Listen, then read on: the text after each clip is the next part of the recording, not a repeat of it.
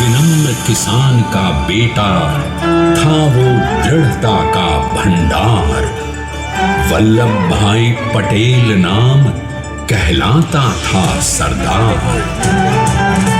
कृषक कार्मिक जनगण से था उसको प्यार अपार। अखिल देश ने उसे रहनुमा किया था स्वीकार। गांधी बापू का शिष्य, सत्य अहिंसा का अवतार, किंतु एक भारत करने को धर लेता हथियार। लौह पुरुष संबोधन था वो लोहे की दीवार। तेज पुंज तुम, शक्तिपीठ तुम, बल का सागर अपरंपार। ऋणी देश का नम्र नमन तुम स्वीकारो सरदार।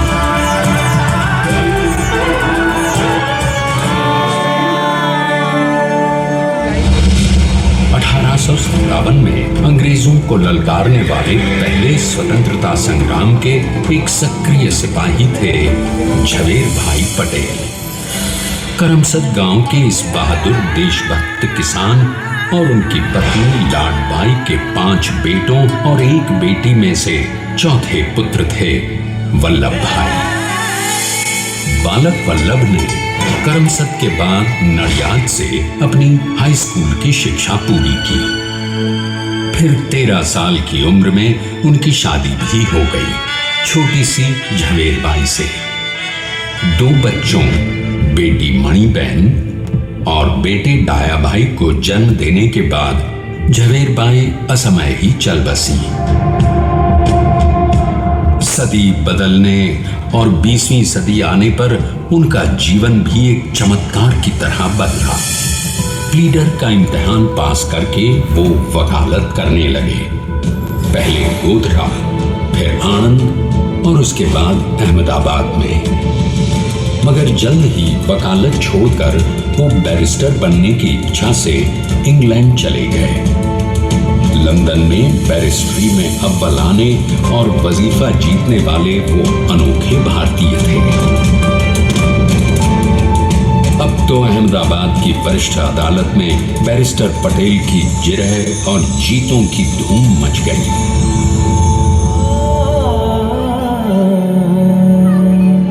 तभी एक युग पुरुष ने वल्लभ भाई के जीवन की धारा ही बदल दी।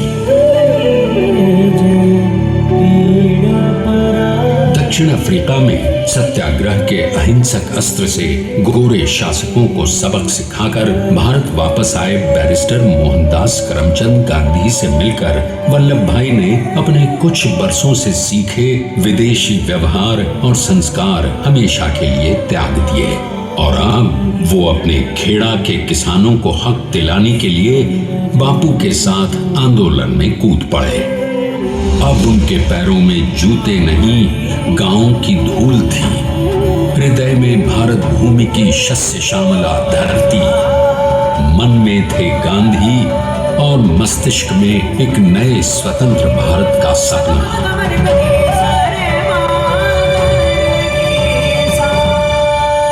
तभी बारडोली के मजबूर मजलूम किसानों की यातना का समाचार उनके पास पहुंचा।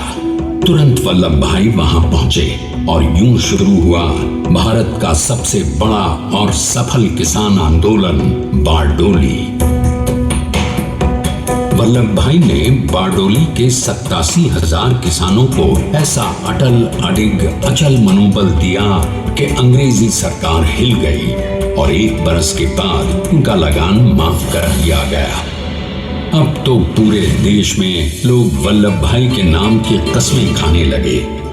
स्वयं महात्मा गांधी ने कहा, अब वल्लभ भाई मेरे शिष्य या साथी नहीं, सारे देश के सरदार हैं। और देश को मिल गया एक अनोखा असरदार सरदार।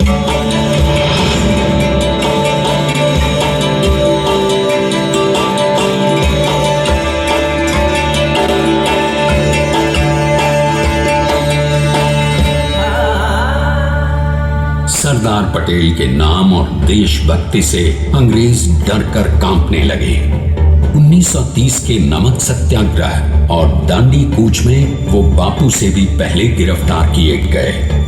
तो सन 1932 में फिर उन्हें बापू के साथ ही जेल में 2 सालों के लिए डाल दिया गया। मगर आजादी के दीवानों को, स्वतंत्रता के परवानों को कौन गिरफ्तार कर पाया है।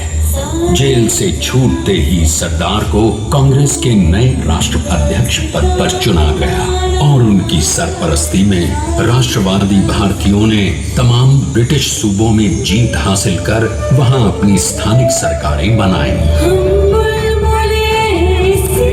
किंतु सरदार का सपना केवल सरकार बनाना नहीं था। उनका स्वप्न तो था एक ऐसे नए भारत का जहां हर रंग, हर रूप, हर जात, मजहब, तबके का हिंदुस्तानी एक साथ मिलकर एक ऐसा नया भारत बना सके जहां पूर्ण स्वराज्य के साथ सारे समाज को गरीबी, अशिक्षा, छुआछूत से भी आजादी मिल जाए। इसकी पहली रणनीति थी भारत को अंग्रेजों की गुलामी से आजादी, ताकि भारत के लोगों की अपनी सरकार सबके साथ और सबके विकास के लिए काम कर सके।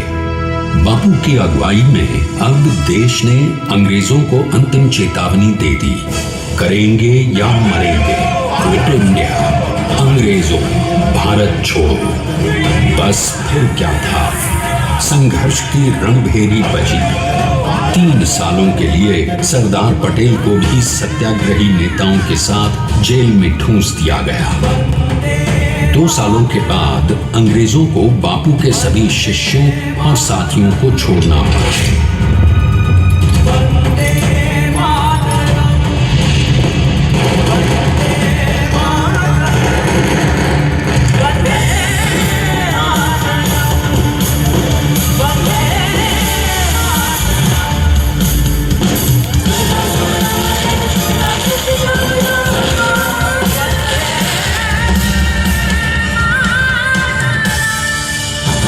स्वतंत्रता के स्वप्न के सच होने के साथ अब सरदार पर कई एक नई जिम्मेदारियां थीं। आने वाली आजादी की तैयारी और एक नए भारत के लिए नए लोकतांत्रिक संविधान की संरचना। जैसा उनके साथी ने खुद कहा था, सरदार ने ही छेनी हथौड़ी लेकर एक नए भारत को उकेरा है।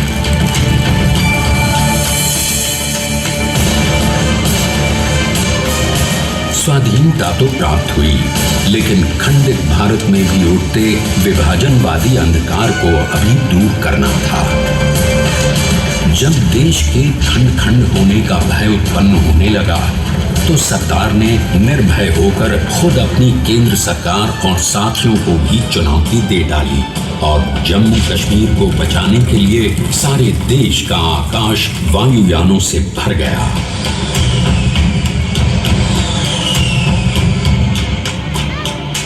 और फिर हैदराबाद और जूनागढ़ के भारत में विलयीकरण को पाकिस्तान से चुनौती मिली। सरदार चाहते थे कि देश की 1 इंच धरती अब और विभाजित नहीं होनी चाहिए। नए भारत को एक करने के लिए समझा बुझाकर मना कर 565 रियासतों को सरदार ने अपनी सूझबूझ सदाशयिता संबल से एक नए स्वतंत्र भारत का अभिन्न अंग बना लिया। हमारे इतिहास में अखंड भारत के पुरुषार्थ का ये एक महानतम अध्याय है। जैसा उन्होंने स्वयं कहा था, हमें नए धागों को पुराने ताने बाने में ऐसी पिरोना है कि एक दूसरे में गुंथ जाएं और बेहतरीन बनावट वाला एक नया भारत उभर कर सामने आ सके। अंततः अपने वज्र दृढ़ संकल्प से एक नया विराट विशाल एक भारत श्रेष्ठ भारत बनाकर दिखा ही दिया सरदार ने। संसार के सबसे बड़े प्रजातंत्र के शिल्पी को प्रणाम करने के लिए देश ने बनाया है ये समर्थ स्मारक। स्वाधीन भारत को समर्थ भारत में बदलने वाले सरदार पटेल को समर्पित प्रेरणा तीर्थ भी है। प्रधानमंत्री श्री नरेंद्र मोदी के नेतृत्व में बनी विश्व की इस विशालतम प्रतिमा के सामने आकर सारी दुनिया जैसे स्वयं ही नतमस्तक हो जाती है।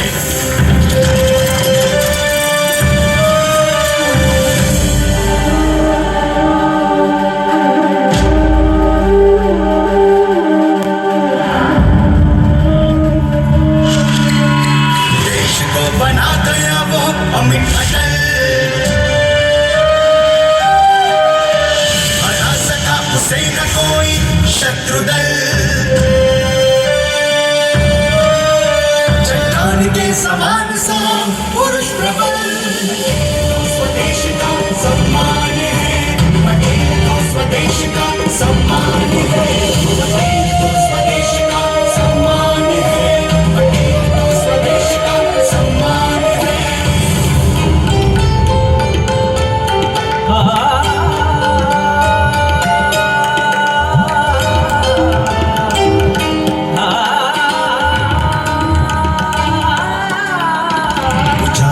आकाश को छुए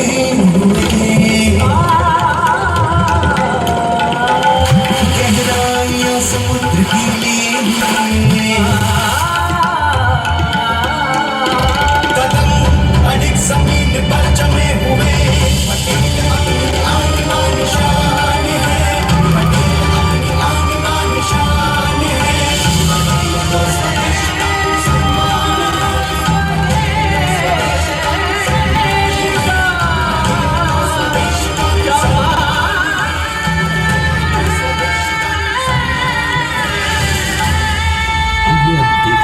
कि अपने लौह पुरुष को श्रद्धांजलि देती 182 मीटर ऊंची विश्व की सबसे विशालकाय प्रतिमा का निर्माण कैसे हुआ।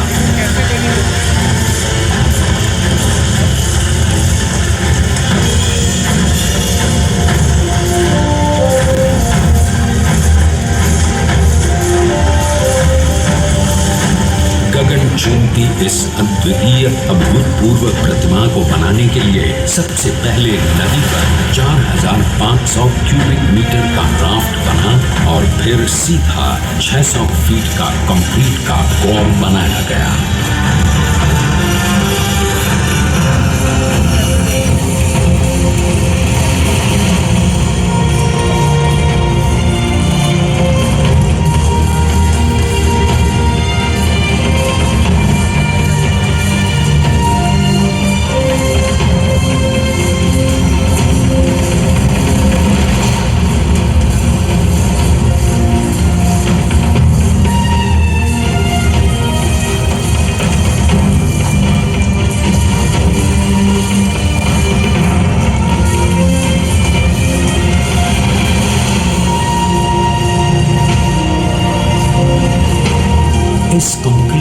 के साथ लगाया गया स्टील का फ्रेमवर्क।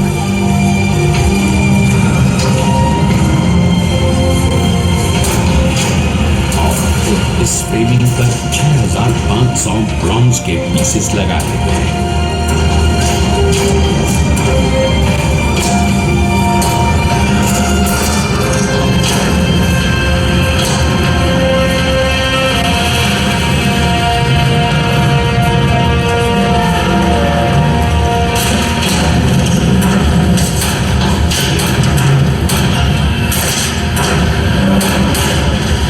सोचिए कि 182 मीटर ऊंचे इस भव्याति भव्य स्मारक के निर्माण में कितना सामान और मेहनत लगी होगी। 70,000 metric ton cement, 18,500 metric ton reinforcement steel, 6,000 metric ton structural steel और 1,700 मीट्रिक टन ब्रॉन्ज।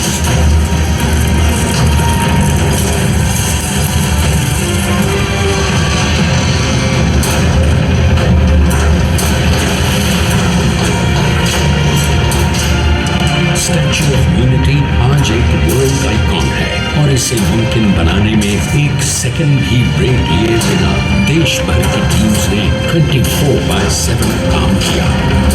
250 से ज्यादा इंजीनियर्स, 4,500 से ज्यादा स्किल फोर्स और कई लाख मानव दिन।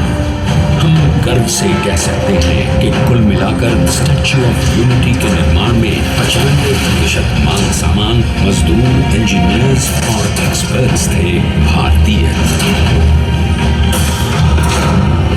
जानते हैं कि 182 मीटर ऊंची इस भव्य प्रतिमा को बनाने में कितना समय लगा? डिजाइन के लिए 12 महीने और निर्माण के लिए 34 महीने, यानी कुल मिलाकर केवल 46 महीने।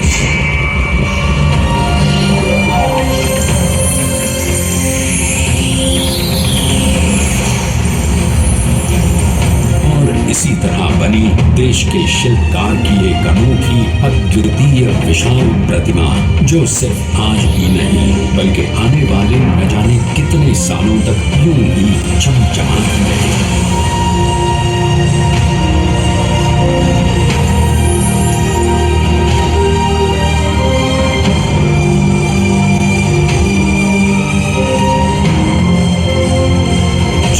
महीनों तक लगातार बिना रुके एकजुट होकर न जाने कितनों ने परिश्रम किया और उनका साथ दिया भारत की 125 करोड़ जनता। और तभी मुमकिन हो पाया एक ऐतिहासिक निर्माण जो आज कहलाता है भारत की नई पहचान। स्टैच्यू ऑफ यूनिटी, विश्व की सबसे ऊंची प्रतिमा। सरदार ने अपनी गंभीरता, शालीनता और दूरदर्शिता से भारत को संगठित करने के असंभव कार्य को संभव कर दिखाया। आइए आज हम सब उन्हीं की महिमा में विश्व के सामने एक उदाहरण रखें, क्योंकि ये ही भारत को श्रेष्ठता के मार्ग पर ले जाएगा। हमारा कर्तव्य ये है, हमें निश्चय कर लेना चाहिए कि हमें हिंदुस्तान में जितने लोग हैं सबको मिल मिल के भाई भाई की तरह के रहना है। स्टैच्यू ऑफ यूनिटी एकता की प्रतिमा और श्रेष्ठता का प्रतिबिंब है। एक पहल है इस अखंड भारत को श्रेष्ठ भारत बनाने के सपने को पूरा करने के लिए। एक पुकार है हम सबको एकजुट होने के लिए। एक आंदोलन है भारत को सबसे आगे ले जाने के लिए, श्रेष्ठ बनाने के लिए। आपके योगदान और विश्वास से ही बनेगा एक भारत श्रेष्ठ भारत।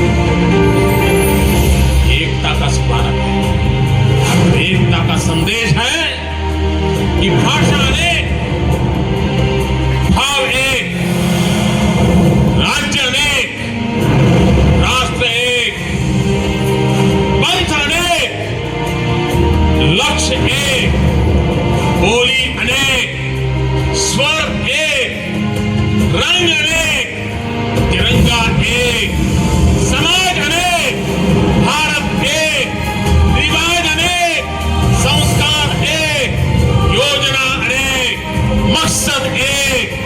कार्य अनेक, संकल्प एक, राह अनेक, मंजिल एक, पहनावा अनेक, प्रतिभा एक, चेहरे अनेक, मुस्कान एक।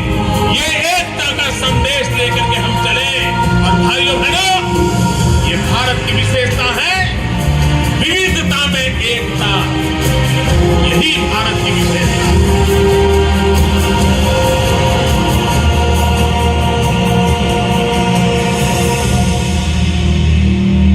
બોલો હીરા દાદા કઈ કહેવું તમારે આવે જ છે ત્યાં તો બધા નાખે જ છે